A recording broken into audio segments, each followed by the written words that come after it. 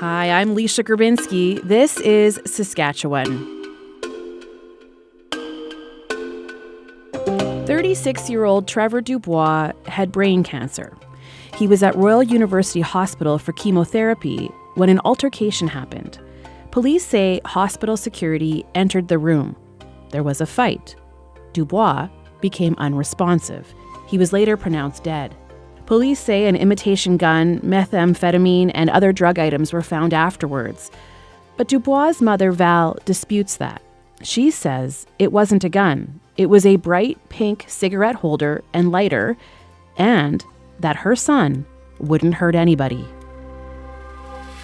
The details on what actually happened to Trevor Dubois are scarce.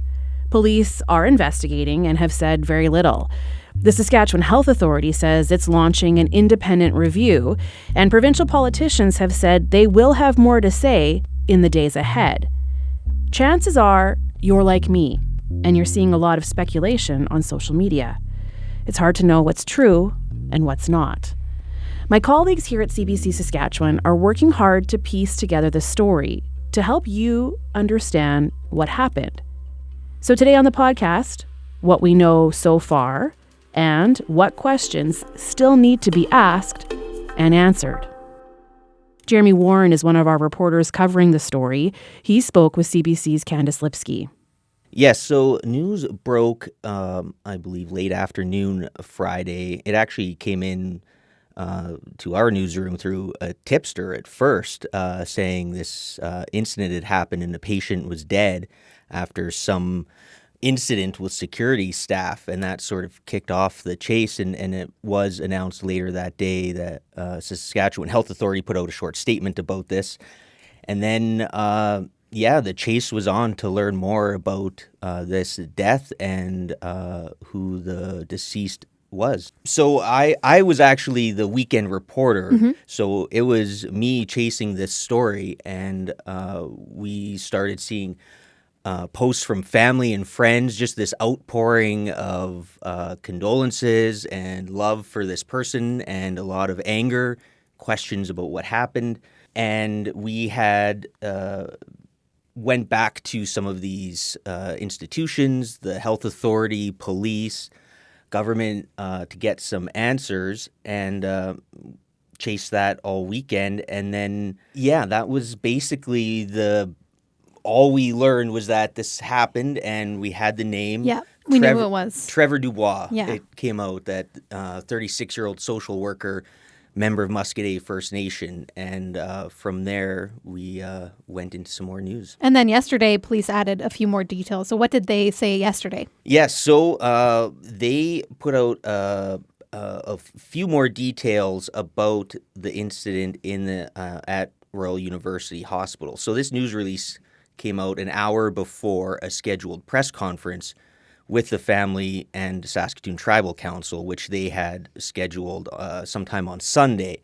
So the timing was interesting, and the family and the Tribal Council raised that. But what the news release said was that hospital security staff were called to Dubois' room because of a report of a firearm, a gun.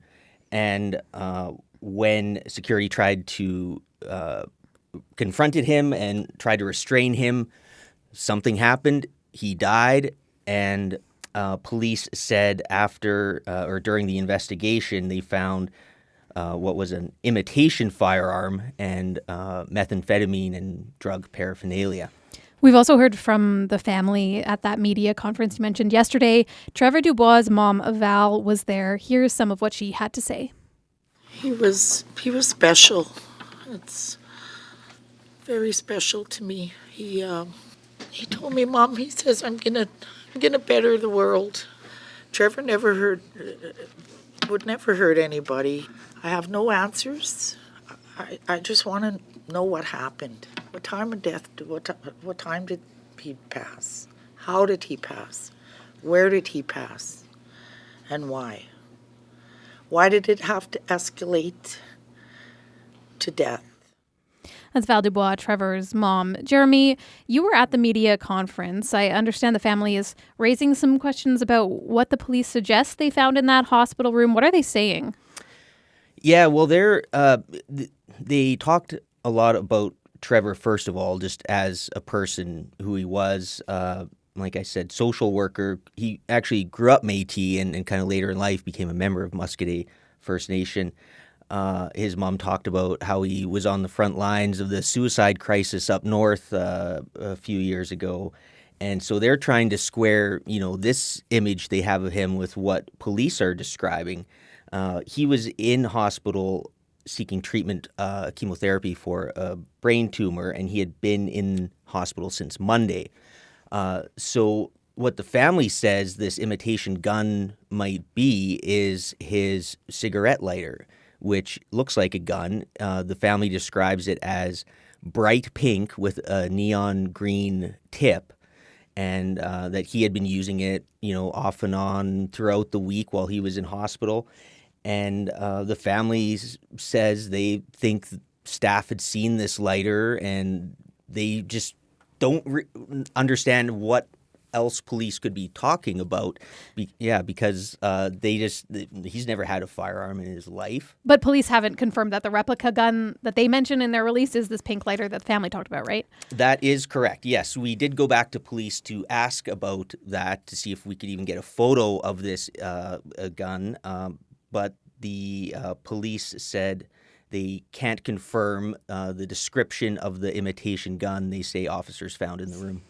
Did the family, Jeremy, talk about the street drugs that they say they found? Yes, they were asked about that. They didn't address it necessarily head on, but Trevor's brother Ryan does think that it was unfair to put out that information so early without even talking to the family about it. And what he said, he thinks that the timing of that news release and the information, he says, I think they're trying to tear down the character of my brother. The Saskatoon Tribal Council is also speaking out about this. Here is some of what Chief Mark Arkand had to say. Yes, we're angry. We're angry because nobody wants to be honest with our family, with our people. They are going through a lot of pain and hurt right now. He was there to get help. He didn't die on a surgical table. In our opinion, he was assaulted, and there was a major crime committed that took his life. And that is unacceptable. That's Tribal Chief Mark Arkand. He also spoke about systemic issues within the healthcare system, suggesting that Indigenous people are not treated well. Jeremy, the Health Authority also issued a statement on this. What have they said? They have said they're continuing to work with the STC on this issue, related issues. They said they suspended one security guard pending an investigation and hired a third party to run the internal investigation that is triggered by this incident. Was deemed a critical incident, so internal investigation. But because I think of the high-profile nature of it, maybe they decided to go for a third party. And there's a use of force review for that security guard. But other than that, not a lot of details, and we still have some questions about security guard training and internal policies around security. I guess that kind of almost answers my next question, which is what answers will you be looking for in the coming days here, Jeremy? Yeah, one, I think a lot of people want to know about this imitation lighter, if police can provide an image of it, that would be great. I think there's also some government movement here with Health Minister Jeremy Cockrell put out a statement and offered his condolences and actually said that he's had some recent meetings with the Health Authority about security and safety issues in hospitals, and says he has more to say about that in the days ahead. And then obviously I think we're waiting to know the cause of death, and that will determine whether or not there's more criminal investigation or where this goes. In that conversation, you heard a bit from Saskatoon Tribal Chief Mark Arkand. I want to share more of that Monday press conference with you. Tribal Chief Arkand addressed the media with Trevor Dubois' family on either side of him. Yes, we're angry. We're angry because nobody wants to be honest with our family, with our people. They are going through a lot of pain and hurt right now. They will tell you the story. They were there Thursday visiting their son and their brother, and then all of a sudden he ends up dead, deceased, with no answers. This has happened time and time again in our province. And we know things have to change. But they have to change quicker than later. So we call on the provincial and the federal government, the Saskatchewan Health Authority, to start having some respect for the First Nations families, especially this family, because this is the worst case scenario of what happened to First Nations people in a health care facility. He was there to get help. He didn't die on a surgical table. In our opinion, he was assaulted, and there was a major crime committed that took his life. And that is unacceptable. We need people to stand up and start doing the right thing and hold people accountable and be transparent. We need the Saskatchewan Health Authority to hold their staff accountable immediately. I'm calling for, on behalf of the family, to have these individuals fired, going through your process immediately, and held by the police service to the highest standard of criminal charges. It's a must. Somebody lost their life, and people are suffering because they don't know why.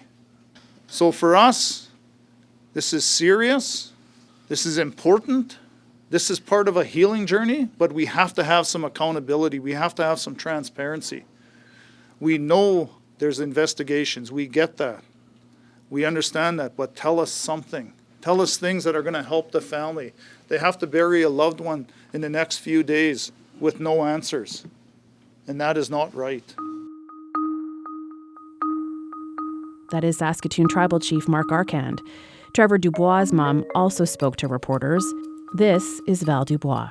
He was special.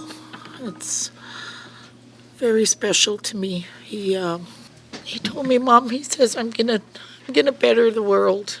He was younger, put himself through school, went to grade 12, did his university, furthered his education. And I was so proud of him. I am so proud of him. It meant a lot to me as a mother when the suicide crisis happened up north. He was there front helping, and it meant so much to me for him to reach out to these young people. And I'm still getting thank yous from those young people who are still here with us. He wanted to further it. He wanted to get his doctorate in social work. He wanted to help. This dagger that got thrown at me an hour ago, it's unreal.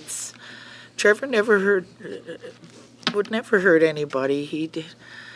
And about the gun, or as soon as they said gun on there, I said, what? That's a lighter. Like, I was with him Thursday. I was here with him Wednesday and Thursday. And he was so happy that I was going to be coming back on Saturday. And we went outside for a cigarette at the hospital.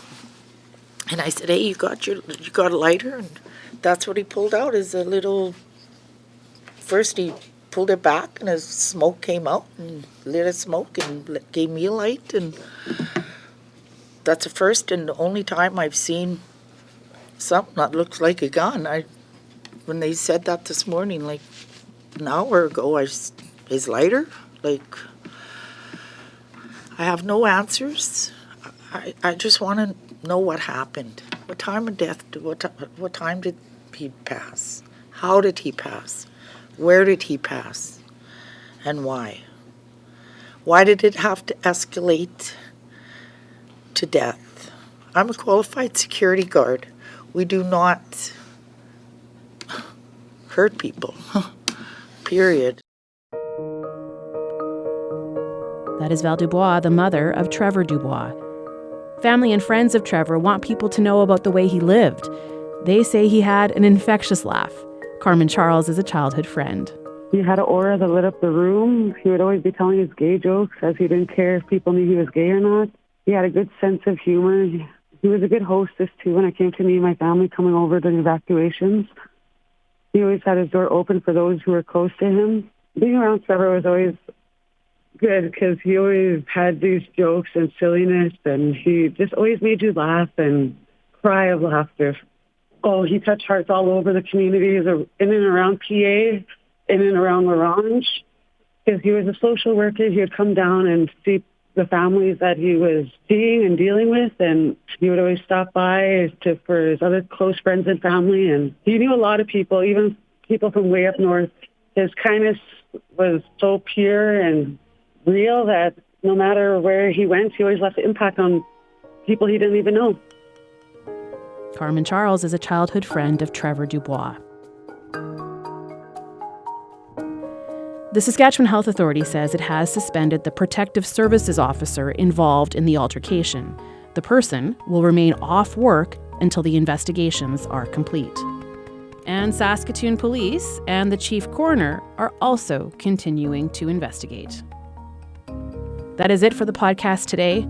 I'm Leisha Grabinski. For more on this developing story, you can always go to our website at cbc.ca/Sask.